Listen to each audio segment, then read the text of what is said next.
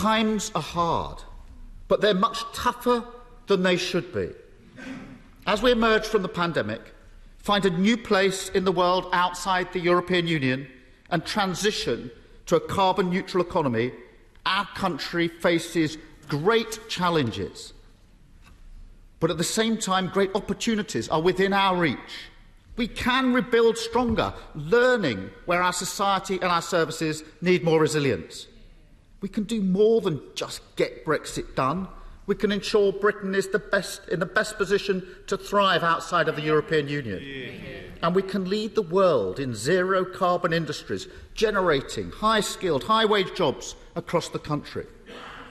But, Mr. Speaker, for that to happen, we need a government of the moment, with the ideas that meet the aspirations of the British public.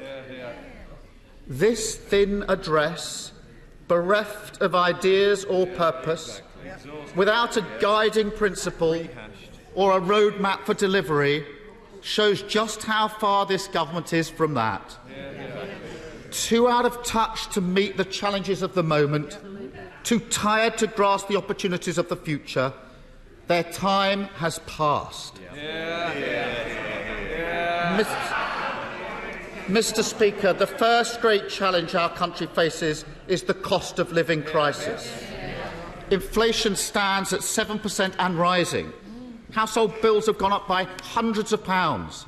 The cost of the weekly shop has rocketed, and people are seeing their wages run out much earlier in the month and the value of their savings fall. I wish I could say that the worst is over. But last Thursday, the Bank of England revised down Britain's growth and revised up inflation. This government's failure to grow the economy over a decade, combined with its inertia in the face of spiralling bills, means that we are staring down the barrel of something we haven't seen in decades, a stagflation crisis. It is a truly shocking legacy of this government. It should humble those on the benches opposite who've ignored the red lights on our economy, even whilst wages were frozen for over a decade, and whose complacency is best summed up by a Prime Minister whose response to the crisis was to make fun of those that were worrying about inflation. A government of the moment would use the great powers that it has to tackle this head-on. Bring forward an emergency budget with a windfall tax for oil and gas producers, which would raise billions. The money that could be used to slash the cost of energy bills and help businesses keep their costs down. Even the bosses at BP don't agree when the Prime Minister says it would deter investment. It's a common-sense solution. But instead, the government is bereft of leadership. The Chancellor ruling the windfall tax in, the Business Secretary ruling it out, and a Prime Minister who doesn't know what he thinks. And it's not just about the short-term measures. A government of the moment will take a step back from the crisis and ensure that Britain is never again so vulnerable to a surge in international prices, forced to go cap in hand from dictator to dictator, looking for a quick fix of imported oil. That means standing up to those vested interests who oppose onshore wind, the cheapest and most reliable source of electricity that we have. But this Prime Minister is too weak to stand up to his backbenchers. And it means investing in the insulation we need to use less energy in our homes. That would take £400 off energy bills every year and cut gas imports by 15%. But this Prime Minister is far too concerned with vanity projects ever to prioritise investment in insulating homes. So we're left with an energy bill not up to the moment. It's the latest chapter in a pathetic response to the cost of living crisis. Where there should have been support, it's been tax rise after tax rise on working people. The only country in the G7 to do so during a cost of living crisis. The low growth that led to the stagnation we see today is the same reason wages have been frozen for so long.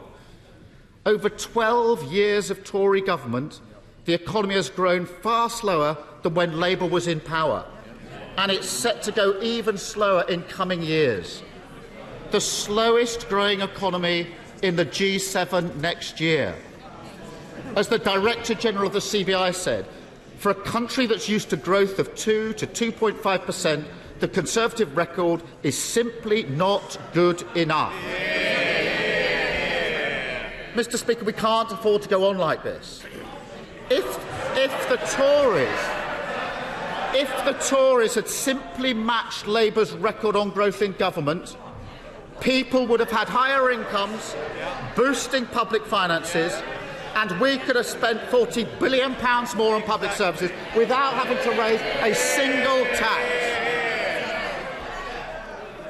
So the second great challenge our country faces is to get Britain growing again.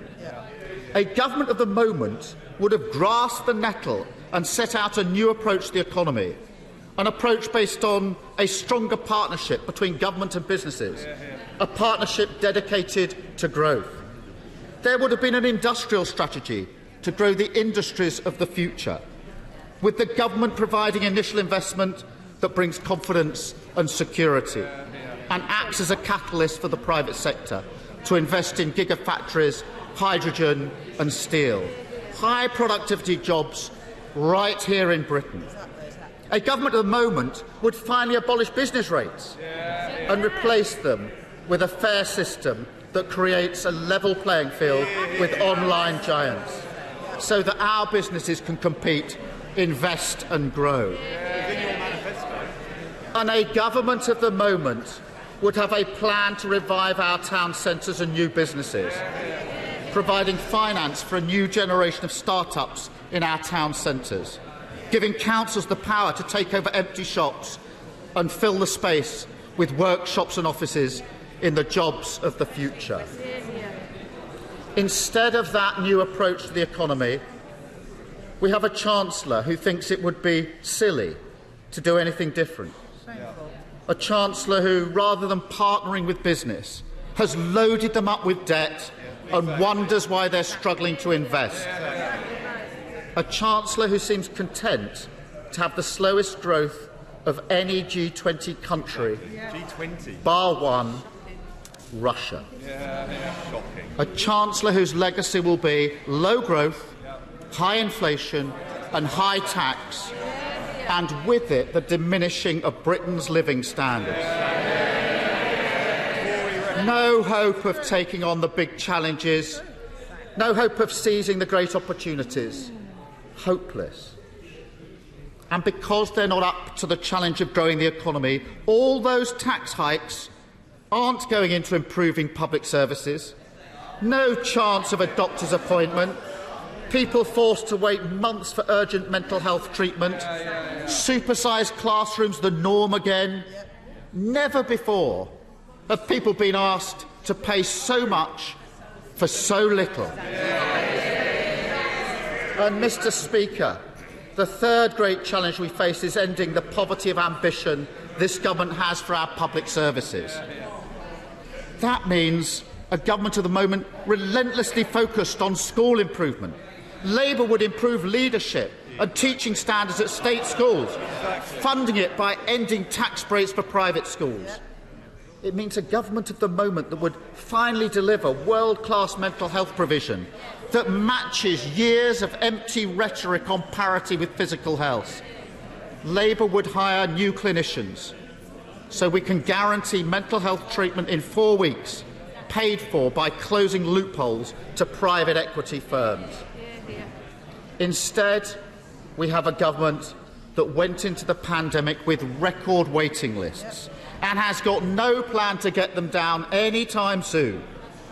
A government that takes the public for fools by pretending that refurbishing a hospital, a wing of a hospital, is the same as building a new hospital.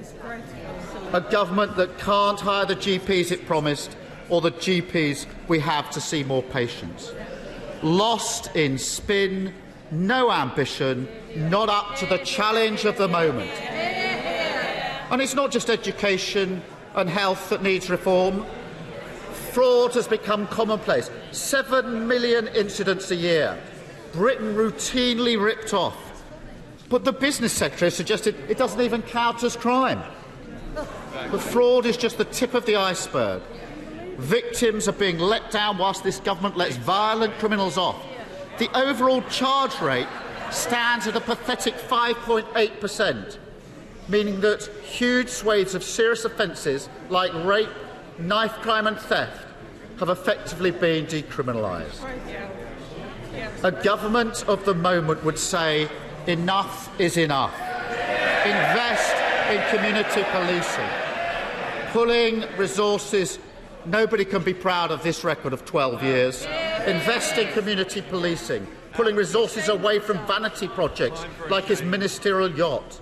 It would strengthen protection for victims of crime and antisocial behaviour and increase the number of specialist rape units in the justice system so that it stops routinely failing women. Instead, we have a government that talks tough whilst letting the justice system fall apart. Exactly. No care for victims or their communities, not good enough, not up to the moment. We have a government whose time has passed, a cabinet out of ideas and out of energy, led by a Prime Minister who's entirely out of touch. Mr. Speaker, it doesn't have to be this way. It won't always be this way. A Labour government would tackle the cost of living crisis head on. Get Britain growing again after 12 years of failure. Improve public services so they deliver for people paying for them. A Labour government would rise to the moment where this government has badly failed. Thank you, Mr. Speaker.